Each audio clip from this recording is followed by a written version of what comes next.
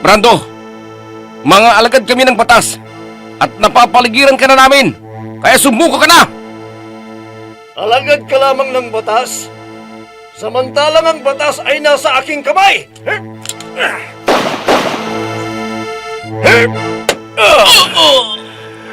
Nagkamali ka ng binangga, kaya katapusan mo na ngayon! Cardo! Anong ginagawa mo dito, Sofia? Ano man ang pinaplano mong gawin laban kay Nathan, parang awa mo na. Huwag mo nang ituloy. Anong ibig mong sabihin? Nalalaman mo ba yung sinasabi mo? Batid mo kung anong ginawa ng lalaki ito sa aking anak! Eh, dapat sa lalaki ito ay mamatay! Oh, Cardo, wag! Wag! Paano pa yatang ipagtanggol ang lalaki ito na kinamumuhian mo? At ikaw, Nathan, magaling na pulis. Magdasal ka na dahil katapusan mo na! Nathan!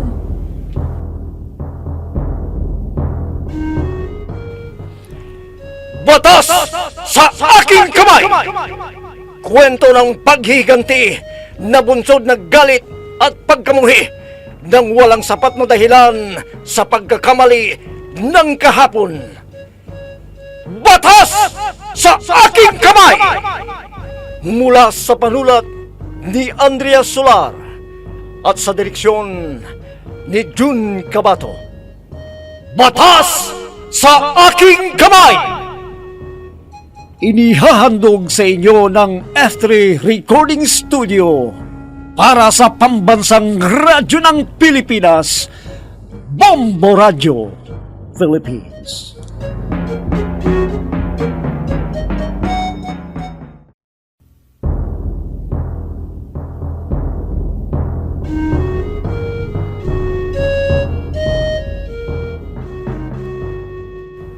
At ngayon mga kaibigan, narito ang pagpapatuloy ng ating dulang pinamagatang Batas sa aking kamay!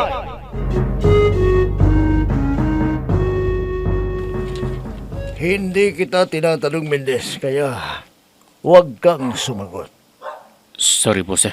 At saka pala, mahigpit kong ipinapatupad sa departamentong ito na bawal ang mga sipsip. Kung magtatrabaho kayo ay magtatrabaho kayo hindi para sa promosyon, kundi dahil yon ang sinumpal ninyong gagawin para sa kapakanan ng taong bayan.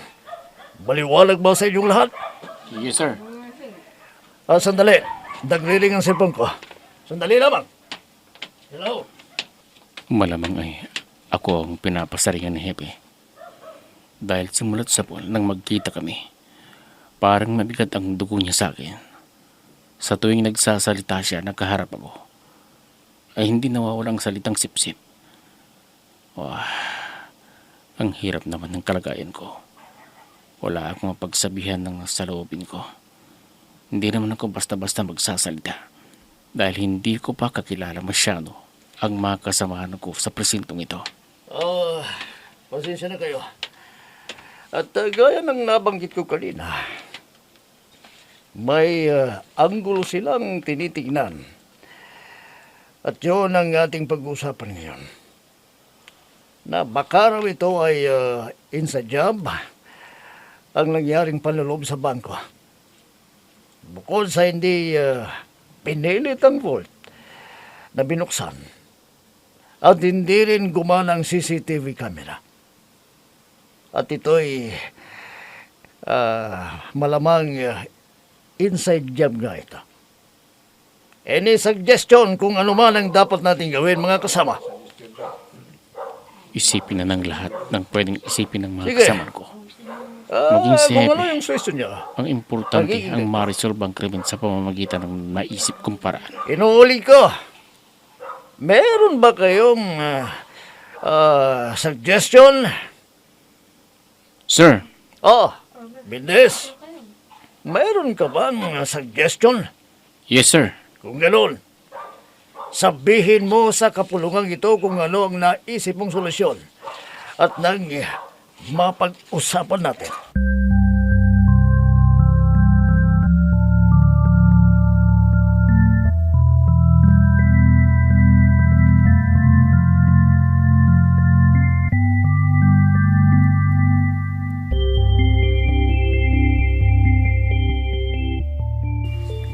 Marami palang tumatawag dito sa bahay at hinahanap ka. At ang lagi kong sinasabi, tawagan ka na lamang sa opisina mo. Abala kasi ako sa masyado sa trabaho ko. Alam mo na, buong probinsya ang hinahawakan ko. Oo nga eh. Ay siya nga pala. Naririto na pala ulit sa bayang ito si Nathan. Ha? Sinong may sabi sa'yo? Ang dating kasamahan niyang pulis. Nasalubong ko kanina. Hindi ko nga siya nakilala eh. Pero nakilala niya ako. At sinabing na destino sa bayang ito si Nathan. At muli nga silang magkasama eh. Talaga? Oo. Tuwang-tuwa nga ako. At naririto muli si Nathan. Pumunta ka ba sa presinto? Gustong-gusto ko siyang puntahan pero nagdadalawang isip ako. Alam mo naman ang nangyari. Sa bagay, hindi natin masisisi si Nathan. Nabigla siya sa mga pangyayari. Oo nga eh. Nang mga panahong yun, ay nagdadalamati siya sa paghiwalay nila ni Mabel. Tapos, nalaman pa niyang hindi mo siya talagang tunay na anak.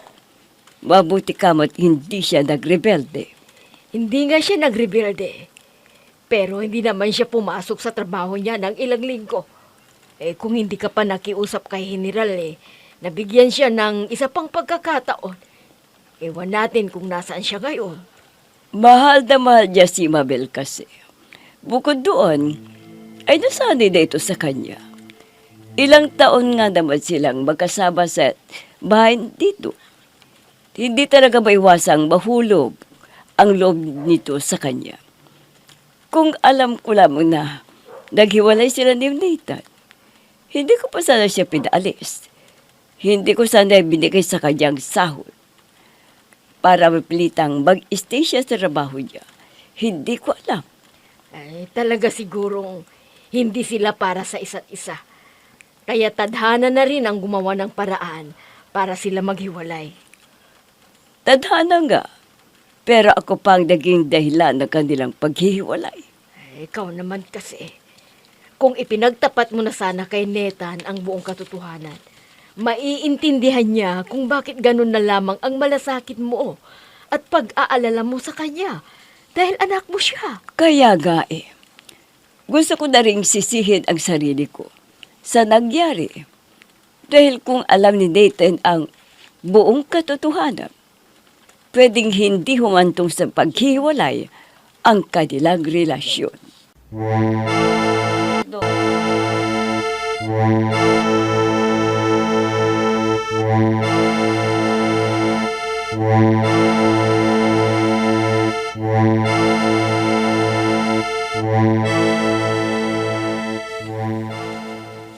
May hindi ba sangayon sa suwestyon ni Speuto Mendez? Mukhang maganda ang suggestion ni Speuto, sir. Yan naman ba? Andang suggestion ni Espiritu Mendez. Ang tanong, marunong ka ba sa trabaho sa bangko? Hindi naman kailangan maging teller ako sa bangko.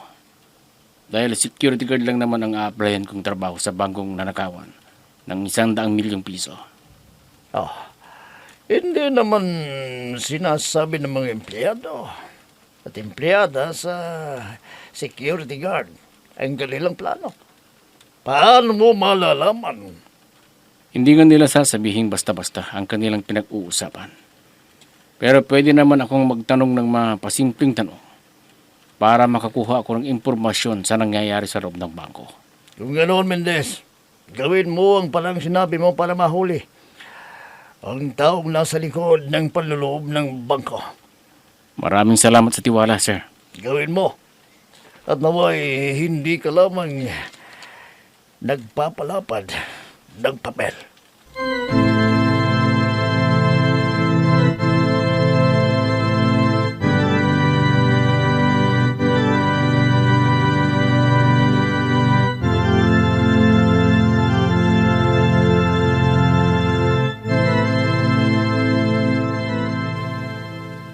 Mahirap din palang trabaho ng security guard. Maghapong nakatayo. May upuan nga dito pero bawal namang umupo.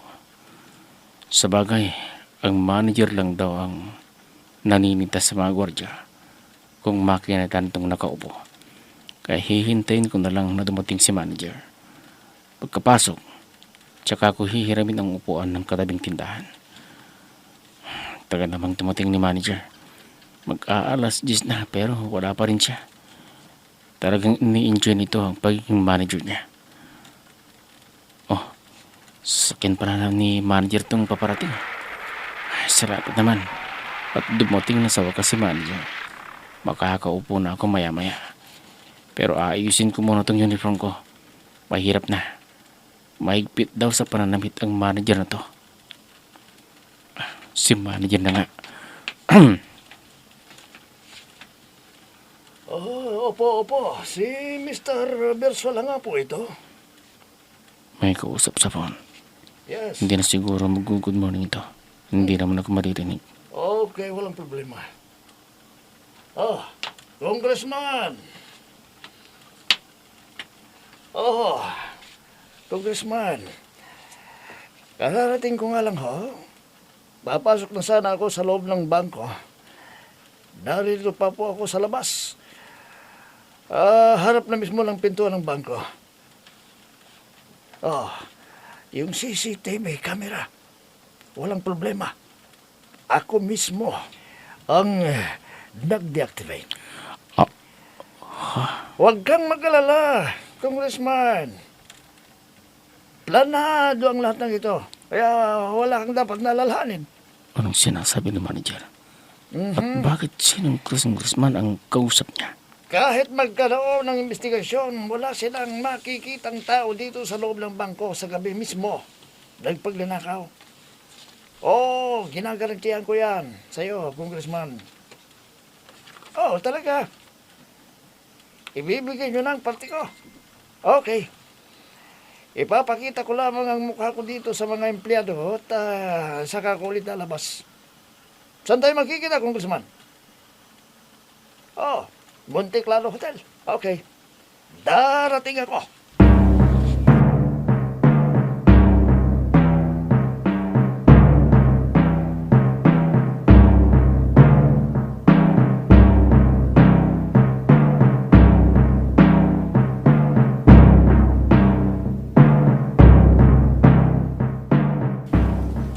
Nakapasok na sa loob ng bangko si manager. Nakaka-intrigue ang mga sinabi ng manager. May nababanggit siyang deactivated CCTV camera at walang makikitang tao sa loob ng bangko. Ano kayang ibig niyang sabihin? At nabanggit pa niya ang salitang parte. Masamang kutob ko. Kailangan kumilos ako. Susundan ko si manager sa hotel na sinasabi niya. Pero paano? Naririto ako naka-duty. Paano ako aalis?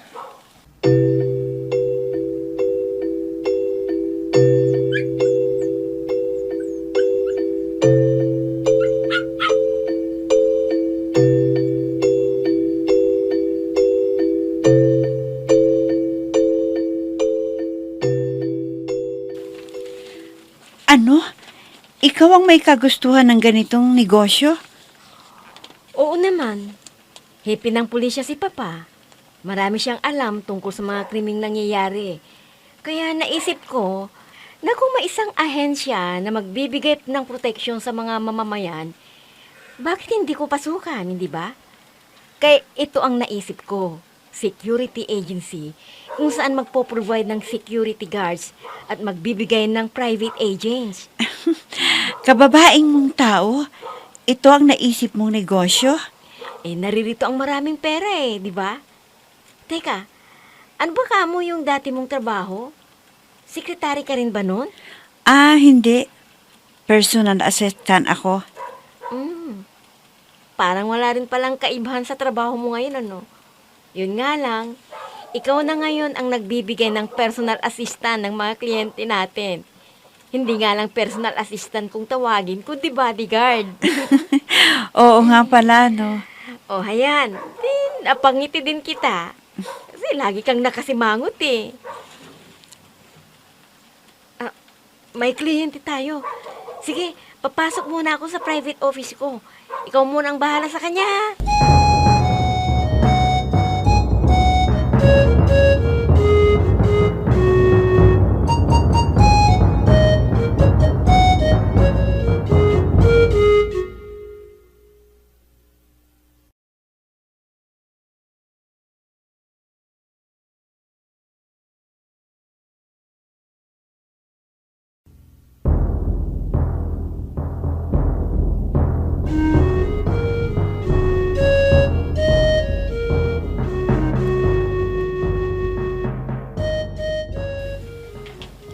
Hindi pala makalabas si manager. Mabuti naman nang sa ganun na makaisip pa ako ng tamang rason para makaalis ako ngayon dito. Kumusta ang trabaho mo, Panyero? Okay lang naman po, sir. Pagbutihin mo ang trabaho mo, ha? Opo, sir. Ay, paiwan muna kita. Umalis si manager. Anong gagawin ko? Paano ko siya masusundan? Kailangang masundan ko siya. Pero paano? Dalawa pala kaming gwardiya dito. Pwede naman pala akong makaalis ng hindi na ikukompromiso ang seguridad ng bangko. Dahil may gwardiya din para sa loob na nasa kabilang pintuan.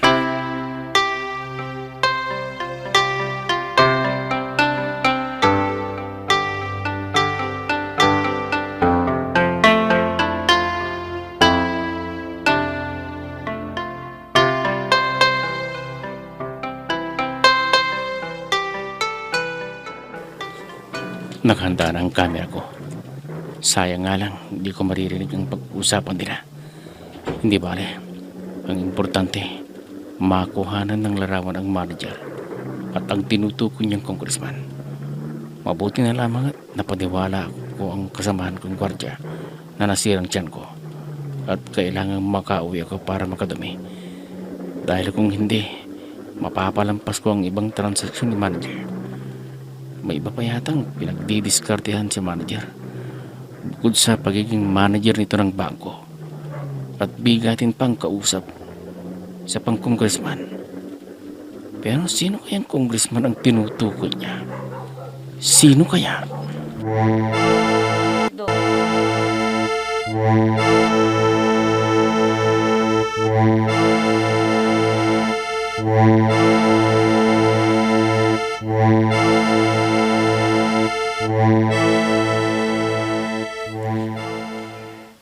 Tagumpay ang plano natin, Panyero.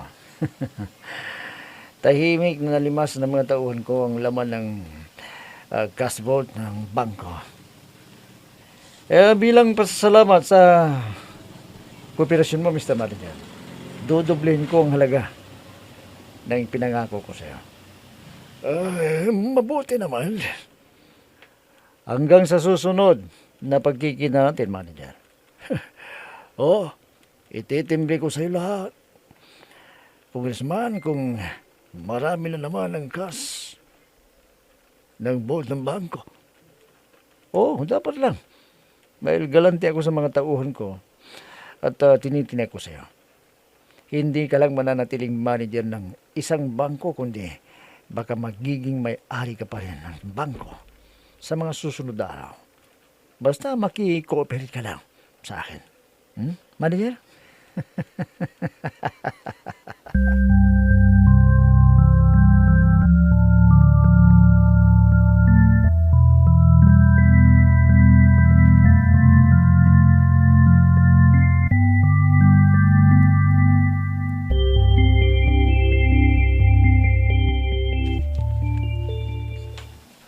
Napakaluwag namang hotel lobby to. Teka, nasaan yung dalawang sinusundan ko? Biglang nawala. Sir, Ah, may appointment ba kayo? ha? appointment? Oo. Ha, mag-check-in lamang ako dahil galing ako sa malayong probinsya. Gusto ko lamang magpahinga. Kaya mo bang per oras dito sa hotel na to? At ano sa tingin mo sa akin? Pur? Mukha kasing hagad eh. Parang driver family lang ka lang. Ganon. Baka gusto mong ipakita ko sa iyo kung magkano ang laman ng aking bank book. Pero sa oras na maipakita ko sa iyo ang laman ng aking bank book, ididimanda kita dahil sa pakikialam mo sa aking personal belongings. Pasensya na po sir, pero pag mayaman kasi ang hotel na to eh. At nag-aalala ko na baka hindi mo makayang bayaran. Makano ba ang per oras ng hotel na to? 1.5 po. 1.5 lang pala eh.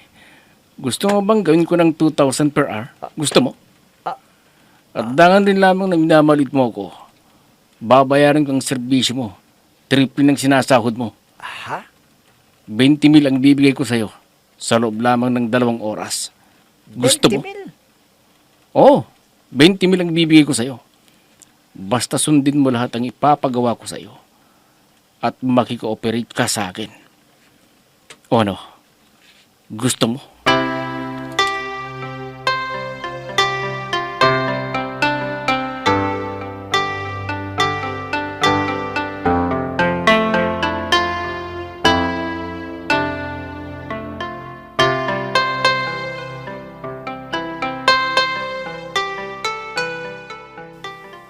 Ang pera nga naman oo. Mapapakilos nito ang kahit sinong may pera. At mapaparilisan nito ang kahit sino na walang pera. Tinanggap agad ng billboard na yun ang alok ko. Sino nga namang tatanggi kung malaking pera na ang nasa harapan. Hindi bale. Pera naman ang departamento ang ginamit kong pansuhol. Hindi ko sariling pera. Mabuti na lamang naisip ko kaagad ang maglaan ng malaking halaga sa mga ganitong lakad. Ito. Binigyan ako ng bellboy na yun ng uniforming bellboy.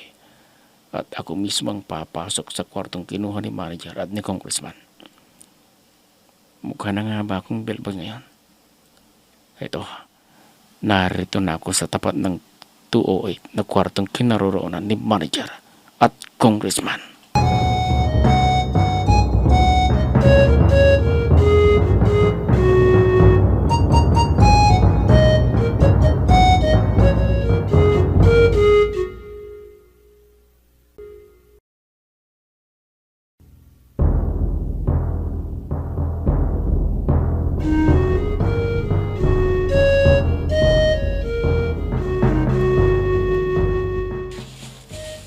Magtagumpay kaya si Nathan sa kanyang misyon. Mga kaibigan, huwag ninyong kaligtaang subaybayan ang pagpapatuloy ng ating dulang pinamagata. Batas sa aking kamay! Mga nagbibigay buhay, sina Amid Diaz, Mayra Abrihal Narnola, Eva Alcoreza, June Cabato, Robert D. Guzman, Oscar Ora, mula sa panulat ni Andrea Solar at sa direksyon ni June Cabato. Technical supervision at sa musika ni Oscar Ora. Batas sa aking kamay! Inihahandog sa inyo ng F3 Recording Studio para sa pambansang radyo ng Pilipinas, Bombo Radio, Philippines.